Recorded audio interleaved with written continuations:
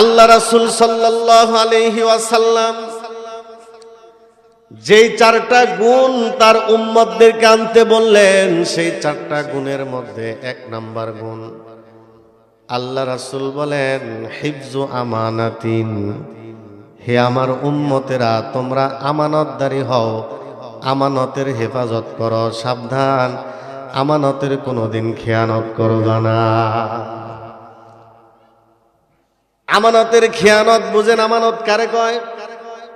এই কৃষক বাবাজি যারা আছেন, আপনি নিজের ক্ষেতের আইল কাটতেছেন, আপনি আল কাটতে কাটতে কাটতে কাটতে আপনার ক্ষেত শুধু বড় হয়, পাশের ক্ষেতটা শুধু ছোট হয়। তাইলে আপনি আমানত ঠিক রাখতে পারলেন না। পাশের বাড়ির জমি, পাশের জমিটা আপনার উপরে ছিল আমানত, আপনি কোদালের জোরে আপনি তার জমিটা আপনার নিজের মধ্যে ঢুকাই দিলেন।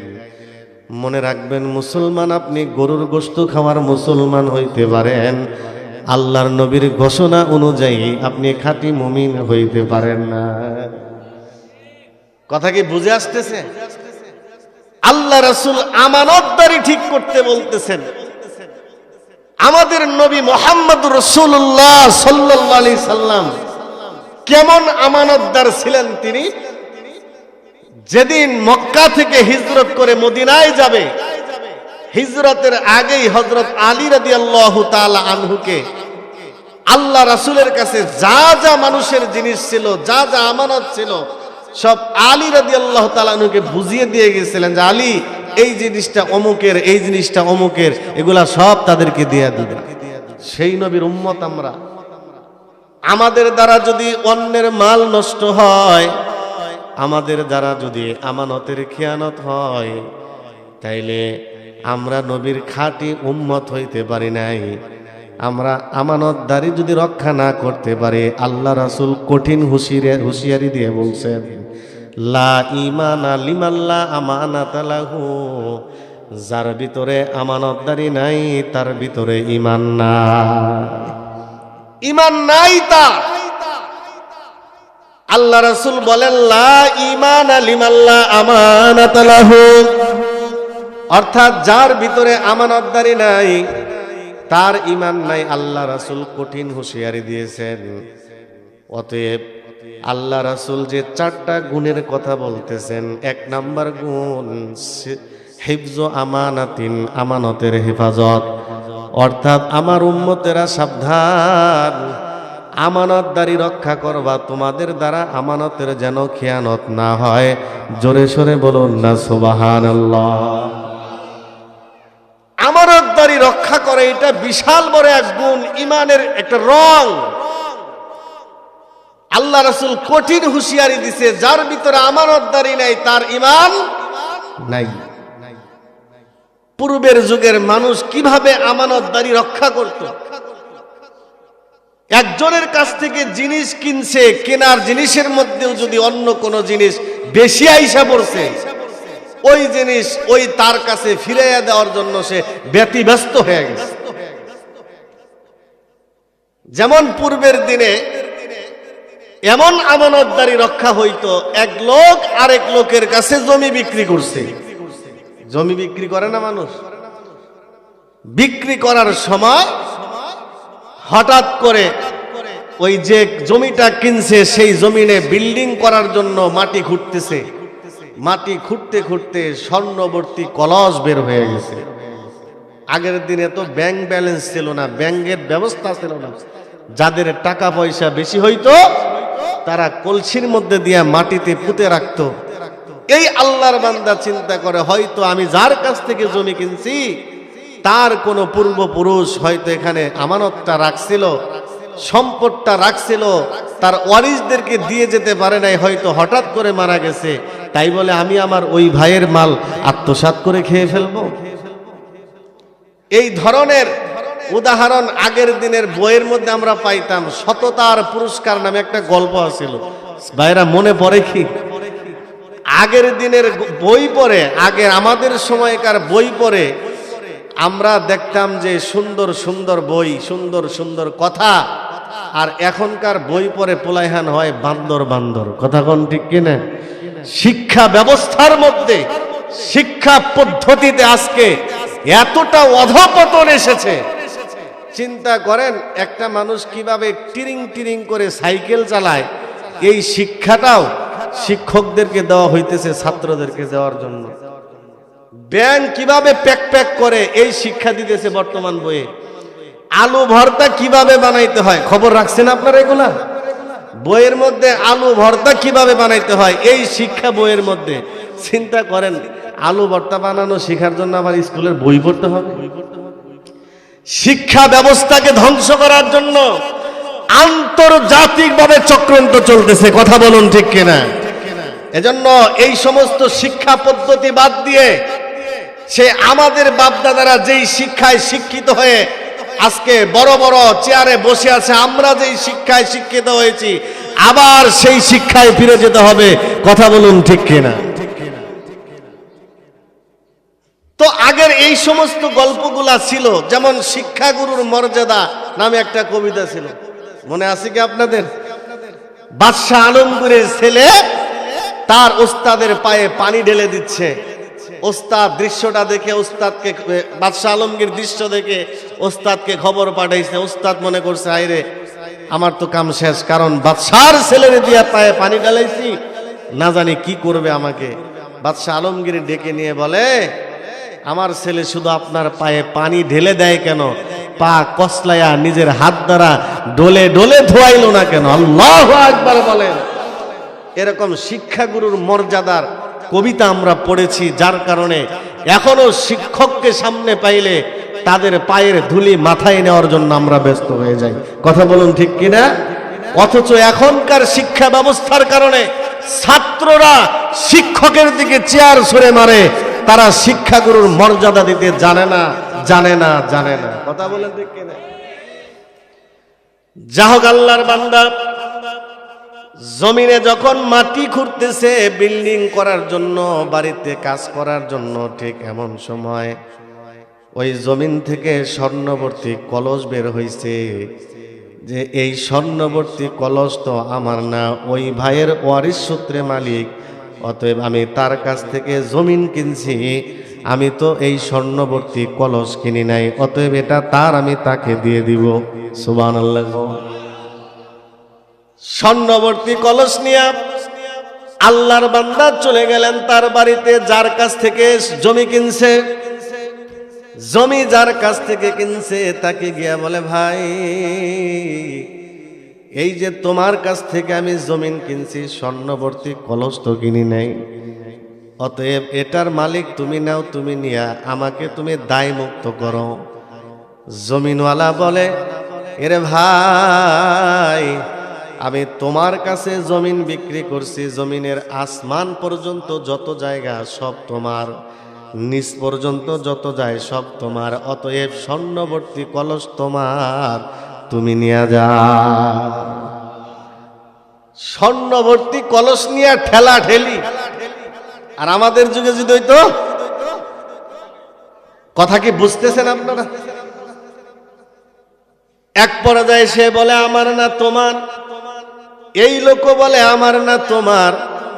এইভাবে ঠেলা ঠেলি করতে করতে এক পর্যায়ে দুইজনে বলে চলো আমরা বিচারকের কাছে যাই, মাতব্বরের কাছে যাই, মাতব্বরকে সব ঘটনা খুলে বলি, সে যেটা বলবে সে রায়টা দুজনেই মেনে নিব।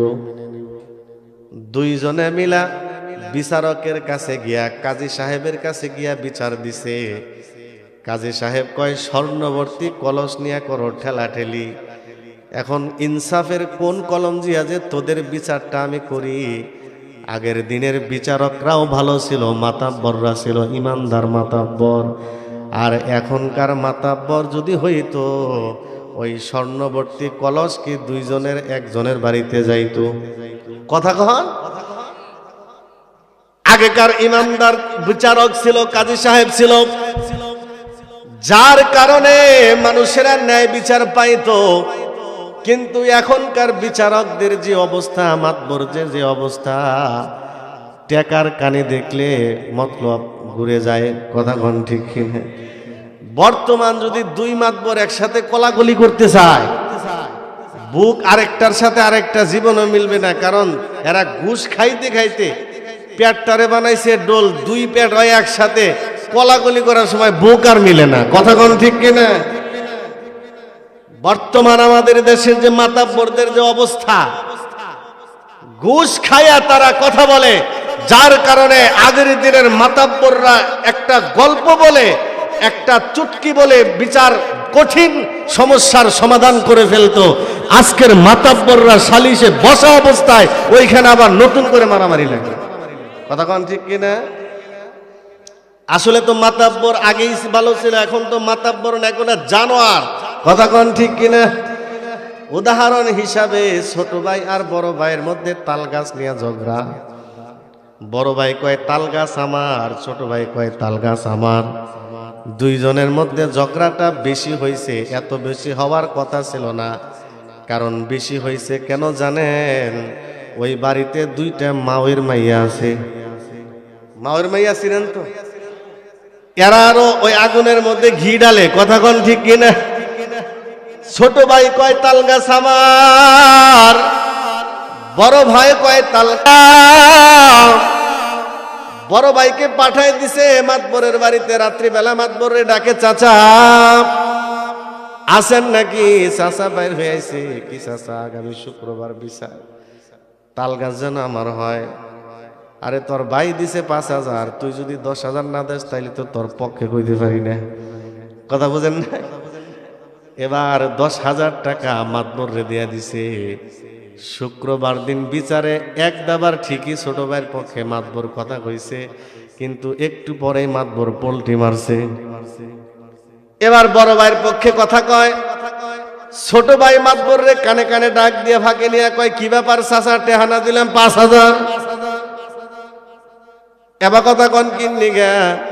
আরে উল্টা পাল্টা কথা কইতেছেন গা, তাল গাছ না দিয়ে বড় ভাইয়ের দিকে যায়। মাতবর কয়, কি করবো রে, তোর পাশে নিয়ে গেছে গা দোষী। কথা বলুন ঠিক কিনা? আগের দিনের মাতাব্বররা তো এমন মাতাব্বর ছিল না, এই জন্য কঠিন কঠিন বিচার তারা সমাধান করে ফেলতো মাত্র 1-2 মিনিটে। দুনিয়ার জমিনে যারা ন্যায় বিচারক হয়, যারা ভালো মাতাব্বর হয়, আল্লাহ পাক তাদের ভিতরে এমন কিছু জ্ঞান দান করে, কঠিন কঠিন সমস্যা, কঠিন কঠিন বিচারকেও তারা মুহূর্তের মধ্যে সমাধান করে ফেলে। আল্লাহ তাদের মাথায় এটা ঢেলে দেয়। মাতাব্বররা রাগ করবেন না, হাসরের ময়দানে যেই শ্রেণীর মানুষগুলো আল্লাহর আরশের ছায়ার নিচে স্থান পাবে, এর মধ্যে একদল তারাও হবে যারা দুনিয়াতে ন্যায় বিচার করত। সুবহানাল্লাহ। তো স্বর্ণবর্তী কলস নিয়ে বিচারকের কাছে গেছে। বিচারক বলে, এখন আমি কি করি? কাজী সাহেব বলে, এই তোমার কি কোনো ছেলে আছে কিনা? বলে, না আমার কোনো ছেলে নাই, ওর একটা ছেলে আছে। এই তোমার ছেলের বয়স কত? কই তো মোটামুটি বিয়ার বয়স হয়েছে। এই তোমার কি মেয়ে আছে নাকি? বলে, আমার একটা মেয়ে আছে। বয়স কত? হয়তো কেবল 17-17, বিয়ার বয়স হয়েছে। আহারে, তুমিও একজন আমানতদার ব্যক্তি, তুমি একজন আমানতদার ব্যক্তি। এই যে আমানতদারির কুফু মিলা গেছে, অতএব তোমরা দুইজনে বিয়াই হয়ে যাও। সুবহানাল্লাহ। তোমার ছেলেটাকে, ওর মেয়েটাকে তোমার ছেলে দিয়ে বিবাহ করায় দাও। স্বর্ণবর্তী কলস নিয়ে ঠেলা ঠেলি না কইরা এই স্বর্ণবর্তী কলসটা তোমাদের ছেলে মেয়েকে দিয়া দাও। বাড়িতে গিয়া দুইজনের বিয়া পড়াই দিয়া স্বর্ণবর্তী কলস ছেলে মেয়েকে দিয়া কয়, নিরে এতক্ষণ পর্যন্ত বিপদে ছিলাম, এটা মাথায় নিয়ে খুব ঝামেলা মনে হয়েছে, তোরা নিয়ে যা। মানুষ অন্যের সম্পদকে ঝামেলা মনে করতো, এমন একটা সময় ছিল। আর এখনকার মানুষ অন্যের সম্পদ খায়া একটা শান্তির ঢেকুর ছাড়ে, হায়রে না জানি কি কামটা করে এলাইছি। কথা কন ঠিক কিনা? আল্লাহ রাসূল বলেন যে, হিফযু আমানাতিন, আমার উম্মত আমানতের হেফাজত করবা। সাবধান সাবধান, তোমাদের যারা যেন আমানতের খেয়ানত না হয়। এজন্য আমাদের উম্মতের যে কাজটা, 1 নাম্বার গুণ যদি আমরা আনতে চাই, সেটা হলো আমানতদারি রক্ষা করতে হবে। এমন একটা সময় ছিল রাস্তার মধ্যে যদি কোটি টাকার সম্পদ পাইতো, সেই সম্পদটা সে নিজে খাওয়ার চিন্তা করতো না। নিজের পেটের ভিতরে যদি 3 দিন 5 দিন 7 দিনের ক্ষুধাও থাকতো, ওই সম্পদটা তার মালিকের কাছে পৌঁছে দেওয়ার জন্য সে ব্যস্ত হয়ে যাইত। এমন একটা সময় গিয়েছে নিজের ঘরে অভাব, এরপরেও অন্যের মাল পাইছে, সেই মালটাও নিজে আত্মসাৎ করে নাই, খায় নাই, বরং তার মালিক খুঁজা বের করে তার হাতে পর্যন্ত দিয়ে আসছে। সুবহানাল্লাহ বলেন। যেমন তাবেঈদের মধ্যে একজন তাবেঈ ছিল, নাম তার কাজী আবু বকর রহমাতুল্লাহ আলাইহি। মক্কার মানুষ মক্কার বাজারের গলি দিয়ে হাঁটে, এমন সময় রাস্তার মধ্যে একটা থলে পয়রা পাইছে, কুড়াইয়া পাইছে, পায়া খুইলা দেখে স্বর্ণের একটা বিশাল বড় হার। এখন এই হার আমি কি করব? অথচ ওই লোকটা কাজী আবু বকরের পেটের মধ্যে 3 দিনের ক্ষুধা, সংসারে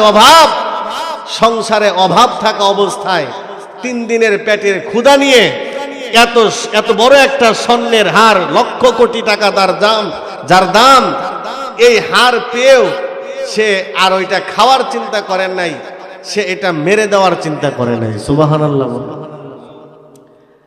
কাজী আবু বকরের কাছে যখন এরকম একটা হার রাস্তার মধ্যে তিনি পরে পাইলেন, এমন সময় তার আল্লাহর কোরআনের আয়াতটা মনে পড়ে গেল। আল্লাহ বলেন, ইন্নাল্লাহা ইয়া'মুরুকুম আন তুআদ্দুল আমানাতি ইলা আহলিহা।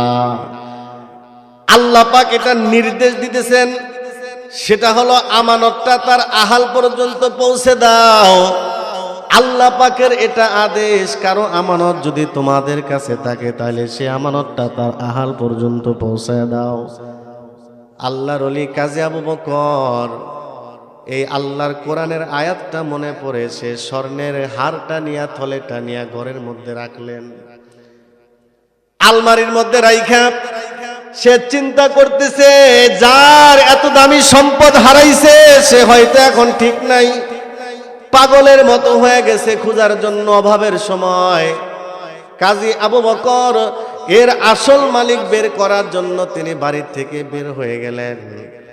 বের হইয়া মক্কার বাজারে গিয়া খুঁজতেছেন যে কার হারাইছে। অবশ্যই সে খোঁজার জন্য পাগল পারা হয়ে গেছে। কাজী আবু বকর খেয়াল করে দেখে সত্যি সত্যি মক্কার বাজারের উঁচা একটা পাহাড়ের উপর উঠে মক্কার বাজারের মানুষদেরকে একটা বৃদ্ধ লোক ডাকে, এরে মক্কার বাজারের মানুষ, আমার একটা এই মাপের একটা ব্যাগ হারাইছে, ব্যাগটার মধ্যে একটা স্বর্ণের হার ছিল, কোটি টাকা যার দাম। অতএব এরে মক্কার মানুষ, ওই জিনিসটা যদি তোমরা কেউ পেয়ে থাকো তোমাদের জন্য এটা হারাম।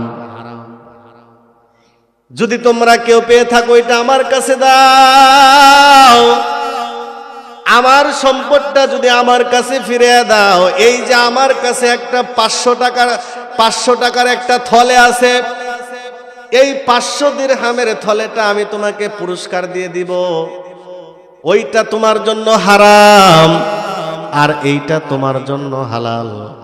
অতএব কে আসো আমার জিনিসটা পাইছো, তাড়াতাড়ি আমার কাছে ফেরত দাও। ওই বৃদ্ধ লোকটা চিৎকার করে করে কেঁদে কেঁদে কথাগুলি বলছে।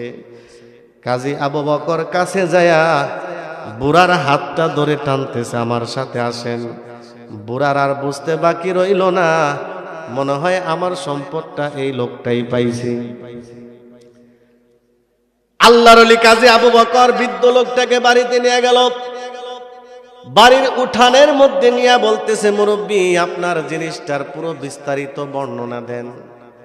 মুরব্বী এবার বিস্তারিত বর্ণনা দেয়, যুবক রে, এই মাপের একটা ব্যাগ, এই ব্যাগের মধ্যে কিছু দামি পাথর আছে, কিছু হীরা আছে, আর স্বর্ণের একটা দামি বড় হার আছে। কাজে আবু বকর দেখে যে না, তার বর্ণনা পুরোপুরি মিলে গেছে। ঘরের থেকে জিনিসটা আইনা বুড়ার হাতে দিয়া দিছে। বুড়াও আর দেরি করে নাই, 500 দিরহামের পুরস্কারের হাদিয়াটা কাজী আবু বকরকে দিয়া দিছে।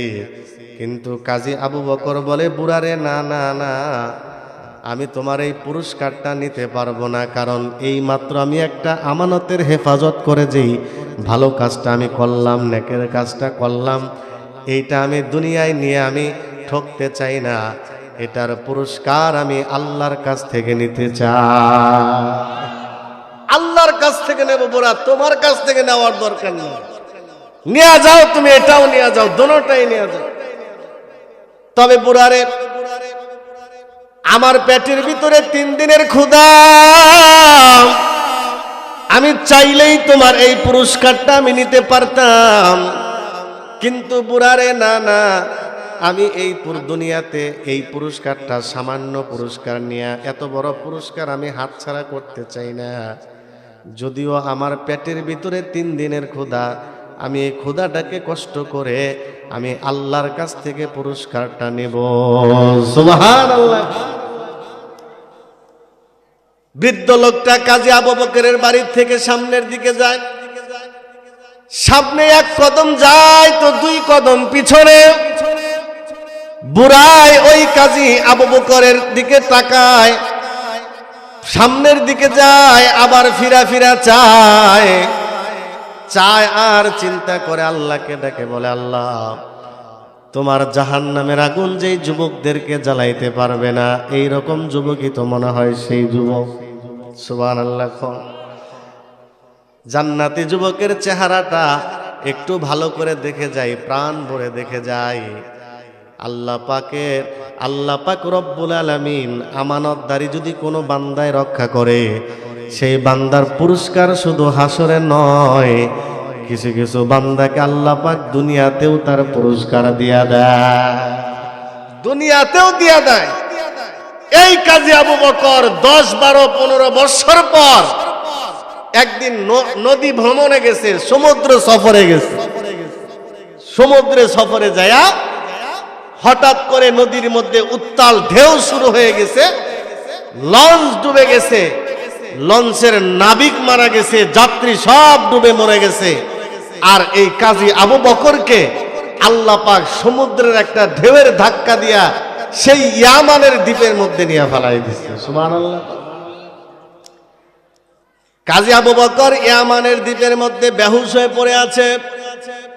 কনকনে শীতের দিন। কাজী আবু বকরের যখন হুঁশ ফিরে আসছে, তখন সে এদিক সেদিক তাকায়, দেখে কোনো মানুষ নাই। হঠাৎ করে সামনের দিকে তাকায়, দেখে একটা মসজিদের মিনার দেখা যায়। আল্লাহর ওলি কাজী আবু বকর ওই মিনারটা দেখে সোজা একটা দৌড় মারছে, দৌড় মাইরা মসজিদে চলে গেছে। মসজিদে যায়া ওযু কইরা আল্লাহর বান্দা কাজী আবু বকর 2 রাকাত সালাতুস শুকর এই নামাজটা আদায় করছে। 2 রাকাত সালাতুস শুকর নামাজ আদায় করে আল্লাহর কাছে আল্লাহর দরবারে হাত তুলে বলে, আল্লাহ, ওই যে সমুদ্রের মধ্যে সকল মানুষ ডুবে মারা গেল, আল্লাহ তুমি যে আমারে বাঁচায় রাখছো, এটা তোমার দরবারে হাজার শুকরিয়া। দোয়া করার পর কাজী আবু বকর জোরে জোরে আল্লাহর কোরআনের তেলাওয়াত করতেছে। সুবহানাল্লাহ বলেন। হাফেজে কোরআন মানুষ, সমুদূর কণ্ঠের তেলাওয়াতে বাড়ির মসজিদের আশেপাশের বাড়ির মানুষগুলা এসে মসজিদে ভিড় জমাইছে। কাজী আবু বকরের চতুর্পাশে ঘেরাও দিয়ে তার কোরআনের তেলাওয়াত শুনতেছে। কোরআন তেলাওয়াত কমপ্লিট হওয়ার পরে এলাকার মানুষগুলি বলে, কে হে ভাই যুবক তুমি, কোথায় তোমার বাড়ি, কি তোমার নাম? কাজী আবু বকর উত্তর দেয়, বাড়ি আমার মক্কায়। আমি আসছিলাম আমার কিছু মানুষের সাথে এই নদী ভ্রমণে, সমুদ্র ভ্রমণ করতে আইসা সমুদ্রে লঞ্চ ডুবে গেছে, নাবিক মরে গেছে, সকল সাথী সঙ্গী মারা গেছে। আল্লাহ পাক আমাকে তোমাদের এই দ্বীপে আইনা পৌঁছাইছে। ভাই, তোমরা কি একটু মক্কা যাওয়ার পথটা আমাকে দেখাই দিতে পারবা? আমার বাড়ি মক্কায়, আমি মক্কায় চলে যাব। এলাকার মানুষগুলা বলে, ভাই রে, তুমি তো ভেসে ভেসে আসো নাই, আল্লাহ পাক তোমাকে ভাসায়া ভাসায়া আমাদের এই দ্বীপের মধ্যে আইনা ফালাইছে। তুমি আসো নাই, আল্লাহ তোমাকে আমাদের কাছে নিয়ে আসছে। যুবক, তুমি জানো না এই যে যেই মসজিদের মধ্যে তুমি কোরআন তেলাওয়াত করতেছো, এই মসজিদের ইমাম সাহেব একজন ছিল হুজুর। তিনি আমাদেরকে কোরআন শরীফ শিখাইতেন, মাসলা মাসাইল শিখাইতেন, আর মসজিদে নামাজ পড়াইতেন। সেই ইমাম সাহেব কিছুদিন আগে মারা গেছে। ভালো একটা ইমামের পিছনে আমরা নামাজটা পর্যন্ত পড়তে পারি না। এ যুবক, তুমি আর কোথাও যেতে পারবা না। আমরা জীবনের বিনিময় হলেও তোমাকে আমরা রেখে দিব। আজকে থেকে তুমি হবে আমাদের কোরআনের শিক্ষক, আর আমরা সবাই তোমার ছাত্র। যাইতে পারবা না তুমি কোথাও, এখানে থাকো, থেকে যাও। কোরআনে মাজিদের খাতিরে, কোরআন তেলাওয়াতের তাগিদে, ইলম পৌঁছানোর খাতিরে কাজী আবু বকর ওই জায়গার ভিতরে রয়ে গেলেন। মাতৃভূমির মায়া ত্যাগ করলেন। ত্যাগ করে ওই দ্বীপের মধ্যে তিনি থাকতেছেন, নামাজ পড়াইতেছেন, মানুষদেরকে কোরআন শিখাইতেছেন। হঠাৎ করে একদিন এলাকার মানুষ বলে, ইমাম সাহেব আপনি যেহেতু রয়েই গেছেন, আপনি একজন নওজোয়ান মানুষ, আপনার তো একটা বিবাহের প্রয়োজন। আমরা আপনার একটা বিবাহের ব্যবস্থা করি। আমাদের এলাকায় একটা বুজুর্গ লোক ছিল, সেও কিছুদিন আগে মারা গেছে। তার একটা সুন্দরী কন্যা সন্তান, অবর্ণনীয় রূপ আর সৌন্দর্য, দিনদারিনী, পরহেজগারিনীও। সুবহানাল্লাহ। আপনি যেমন দিনদার, ওই মেয়েটাও তেমন দিনদার। এই দিনদারির কুফুবি লাগেছে আপনাদের মধ্যে। অতএব আপনি যদি বলেন তার সাথে বিবাহের ব্যবস্থা করি। আসলে দিনদার মানুষই দিনদার স্ত্রী পায়। কথা বলুন ঠিক কিনা? এ যুবক, এই যে এখন যে রাত 12টা পর্যন্ত গজবের মোবাইলের মধ্যে ঢুইকা মেসেঞ্জারে গিয়া 4-5টা মেয়ের সাথে চ্যাটিং করো, তুমি কি মনে করতেছো তোমার যে বউ হবে সে কি বৈশা বৈশা ঘুম পাড়তেছে? তুমি যদি 5টার সাথে করো, সে 10টার সাথে চ্যাটিং করতেছে। কথা কোন ঠিক কিনা? দিনদারের সাথে দিনদারের মিলে আল্লাহ বলেন যে আত-তাইয়্যিবাতু লিত-তাইয়্যিবিনা ওয়াত-তাইয়্যিবুনা লিত-তাইয়্যিবাত। যাহোক, এলাকার মানুষগুলো এই কথা বললে তো কাজী আবু বকর বলে, যেহেতু থাকতেই হবে তো বিবাহে রাজি হয়ে যায়। আচ্ছা ঠিক আছে, আপনি বিবাহ ব্যবস্থা করেন। এলাকার মানুষগুলি গিয়া ওই আল্লাহর বান্দিকে বলে, ও আল্লাহর বান্দি, সমুদ্রে থেকে বাঁচতে বাঁচতে বাঁচতে বাঁচতে একটা আল্লাহর ওলি আমাদের মাঝে আইসা বলছে। সে আমাদের ইমাম সাহেব নামাজ পড়ায়, আবার আমাদেরকে কোরআন পড়ায়। কি সুন্দর তার চেহারা, কি সুন্দর তার কোরআনের তেলাওয়াত। আমরা এলাকার মানুষ ঠিক করছি তোমার সাথে তার বিবাহের ব্যবস্থা করি। আল্লাহর বান্দি বলে, যেহেতু লোকটা দিনদার, আমি তো দিনদারি চাই, অতএব ঠিক আছে বিবাহের ব্যবস্থা করেন। দুইজনের বিবাহ হয়ে গেল। আল্লাহর ওলি কাজী আবু বকর যখন নতুন বিয়ে করে নতুন বউয়ের ঘরে ঢুকলেন, ঘরে ঢুইকা হঠাৎ করে ওই নতুন বউয়ের গলার মধ্যে যখন চোখ গেছে, আর চোখ কোথাও ফিরে না। নতুন বিবির গলার মধ্যে একটা স্বর্ণের চেন দেখা যায়, স্বর্ণের হার দেখা যায়। এই হারটা কেমন যেন পরিচিত পরিচিত মনে হয়। এভাবে যখন কিছুক্ষণ তাকায় রইছে, আল্লাহর বান্দি নতুন বিবি বলে, কিরে, এলাকার মানুষ বলল দিনদার মানুষ, কিন্তু মতলব তো বেশি ভালো না, লোভী মনে হয়, হারের দিকে তাকায় থাকে কেন? কাজী আবু বকর রহমাতুল্লাহ আলাইহি তিনি বুঝে ফেললেন স্ত্রী আমার প্রতি বদগুমানি করতেছে। কাজী আবু বকর বলে, স্ত্রী আমার, আপনি আমার প্রতি বদগুমানি করবেন না, খারাপ চিন্তা করবেন না। আসলে আমি কোনো লোভে আপনার দিকে তাকাই নাই। আপনার এই হারটার দিকে তাকাইয়া আমার অনেক দিনের স্মৃতি মনে পড়ে গেছে। বেশ কয়েক বছর আগে, 10-15 বছর আগে আমি মক্কার গলি দিয়ে ক্ষুধা পেটে নিয়া, 3 দিনের ক্ষুধা পেটে নিয়া আমি ওই মক্কার গলি দিয়ে হাঁটতেছিলাম। এমন সময় আল্লাহর ওলি কাজী আবু বকর নতুন বিবিকে বলে, বিবি তুমি খারাপ কিছু মনে কইরো না, কারণ এই চেনটা দেখে কেমন যেন আমার পরিচিত মনে হয়। বিবি আমার প্রাণের প্রিয়তমা, শোনো, দিনের পেটের ক্ষুধা নিয়ে আমি মক্কার গলি দিয়ে হাঁটতেছি, এমন সময় একটা ব্যাগ আমি কুড়াইয়া পাইছিলাম। কুড়াইয়া পাওয়ার পরে আমি এর মধ্যে ওই হারটা দেখছিলাম, ঠিক যেমন হার তুমি গলার মধ্যে পড়ে আছো। বিবি হে আমার, 3 দিনের পেটের ক্ষুধা নিয়ে তারপরে ওই হারটা আমি বিক্রি করি নাই, মাইরা খাই নাই। হারটা ঘরের মধ্যে রাইখা হারের মালিক খোঁজার জন্য বের হয়ে গেলাম। এমন সময় দেখি একটা বুড়া মানুষ মক্কার বাজারে গিয়া কাঁদতেছে। তাকে ডেকে এনে আমি তার হাতটা তার হাতে ফিরাইয়া দিছি।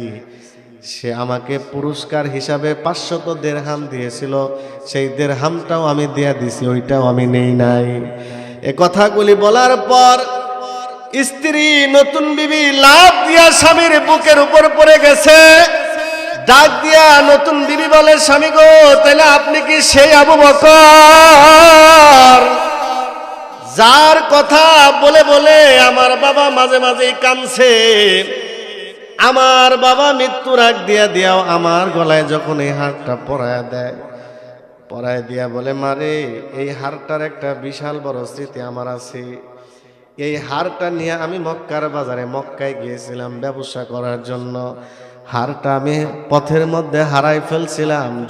যুবক একটা পাইছিল, 500 দিরহামের পুরস্কার দিছি। এই অভাবের দিনে সে এটাও নেয় নাই। কি সুন্দর জান্নাতি যুবক। মারে, ওই রকম একটা যুবক, ওই যুবকের কথা আমার বারবার মনে পড়তেছে। তোর মতো একটা মুত্তাকি মেয়েকে যদি ওই রকম একটা যুবকের হাতে তুলে দিয়ে যেতে পারতাম, তাহলে আমি কবরে শুয়ে শুয়েও শান্তি পাইতাম। আল্লাহর বান্দি নতুন বিবি বলে, স্বামী হে আমার, আল্লাহ পাক রব্বুল আলামিন আপনার আমানতদারি কবুল করছে। আল্লাহু আকবার বলেন। আমার বাবার দোয়াটাও কবুল করছে। আল্লাহ পাক আমাকে আপনার বধূ বানায় দিয়েছে। আজকে এই বাসর রাতে প্রথম সাক্ষাতে আমি আমার এই হারটা আপনাকে হাদিয়া দিয়ে দিলাম। আপনি ইচ্ছা করলে এই হারটা বিক্রি করতে পারেন, ইচ্ছা করলে আল্লাহ রাস্তায় দান করেও দিতে পারেন। নিয়ে যান, আপনাকে আমি দিয়ে দিলাম। সুবহানাল্লাহ বলেন। তো আল্লাহ রাসূল বলেন যে হিফজু আমানাতিন, আমার উম্মতেরা আমানতের হেফাজত করবা, সাবধান, আমানতের খেয়ানত করবা না। আল্লাহ রাসূল যে 4টা গুণের কথা বলছেন, 1 নাম্বার হলো আমানতদারি রক্ষা করা। 2 নম্বরে আল্লাহ রাসূল বলেন ওয়াসিদকু হাদিসিন, হে আমার উম্মতেরা, চরিত্রের যেই শিক্ষা আমি তোমাদেরকে দিলাম। 2 নম্বরে হলো সব সময় সত্য কথা বলবা, মিথ্যা কথা বলবা না। কারণ উম্মত রে, আসিদকু ইনজি ওয়াল কিযবু ইহলিক, কয় সত্য মানুষকে মুক্তি দেয় আর মিথ্যা মানুষকে ধ্বংস করে ফেলে। ঠিক কিনা বলো? একটা মিথ্যা অপরাধ, ওই মিথ্যাটাকে ঢাকার জন্য আরেকটা মিথ্যার দরকার হয়। এই মিথ্যাটাকে ঢাকার জন্য আরেকটা মিথ্যার দরকার হয়। এভাবে মিথ্যা শুধু পেঁচাইতে থাকে, পেঁচাইতে থাকে। আল্লাহ রাসূল আরেক হাদিসে বলেন, আল কিযবু উম্মুল মাআসি, মিথ্যা হলো সমস্ত গুনাহের মা। মিথ্যা সমস্ত গুনাহের মা।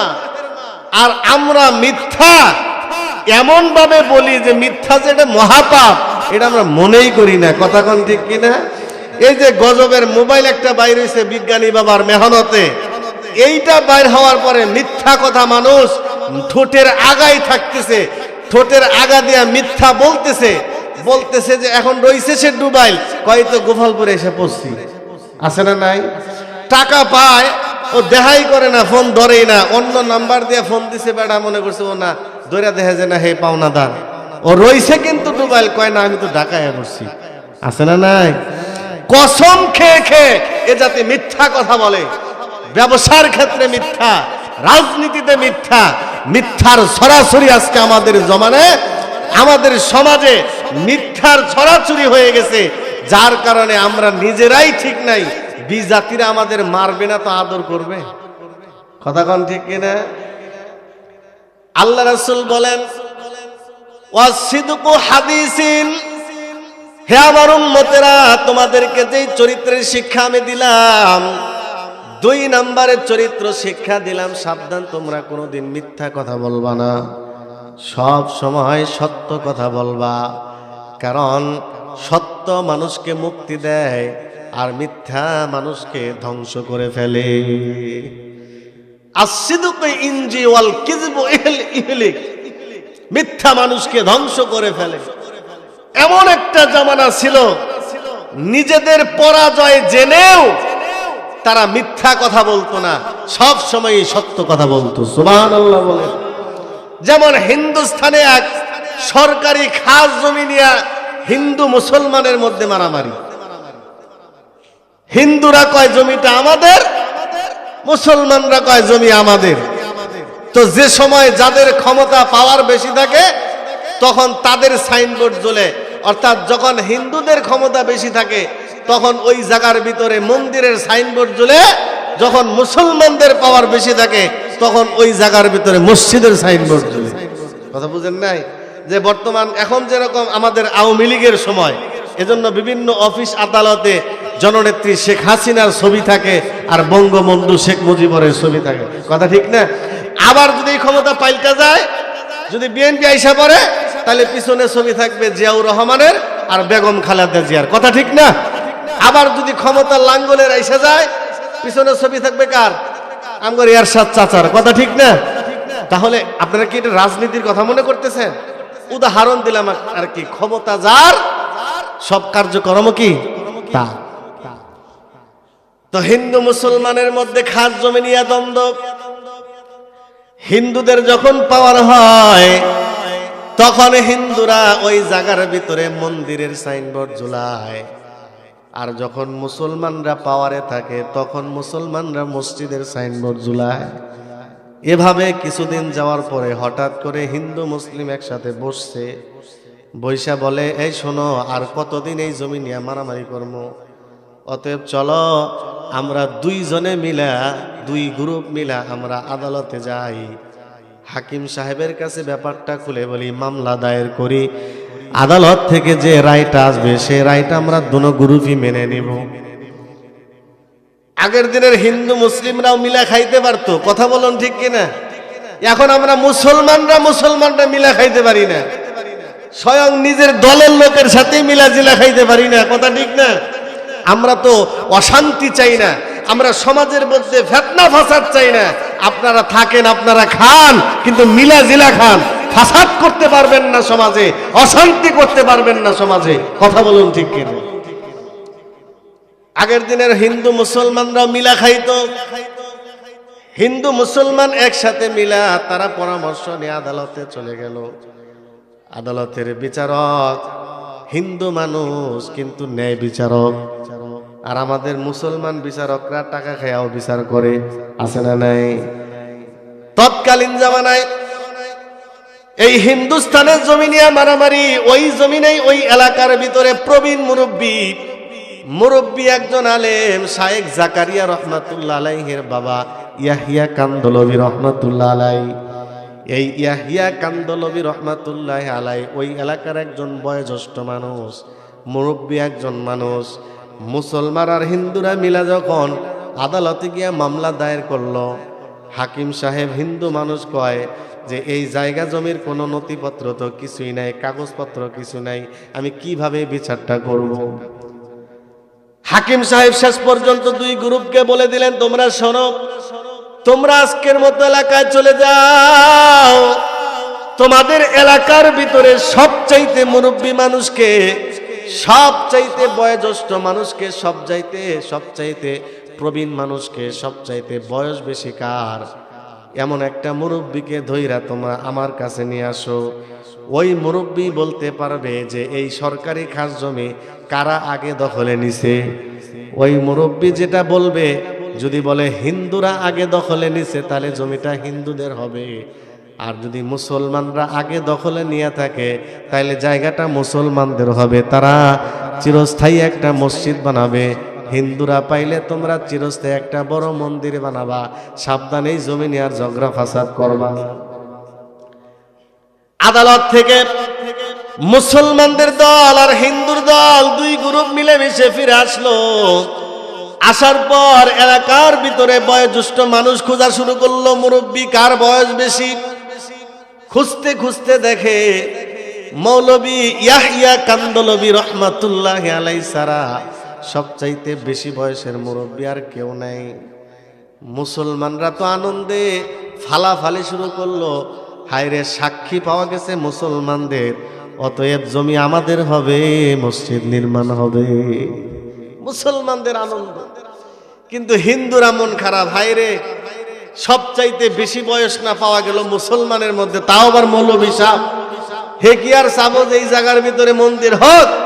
সে তো মুসলমানের পক্ষেই সাক্ষী দিবে। কি আর আদালতে যাব, কি রায় শুনতে যাব? রায় তো এখান থেকেই বোঝা যাচ্ছে। কিন্তু মুরব্বী হিন্দুরা বলতেছে, যাও না, শুনেছি মৌলবী ইয়াহিয়া কান্দলবী একজন সাচ্চা মানুষ, সে সত্য কথা বলে, সুবহানাল্লাহ বলে, যাও গিয়ে দেখো কি হয়। মুসলমানরা হিন্দুরা মিলেমিশে চলে গেল আদালতে।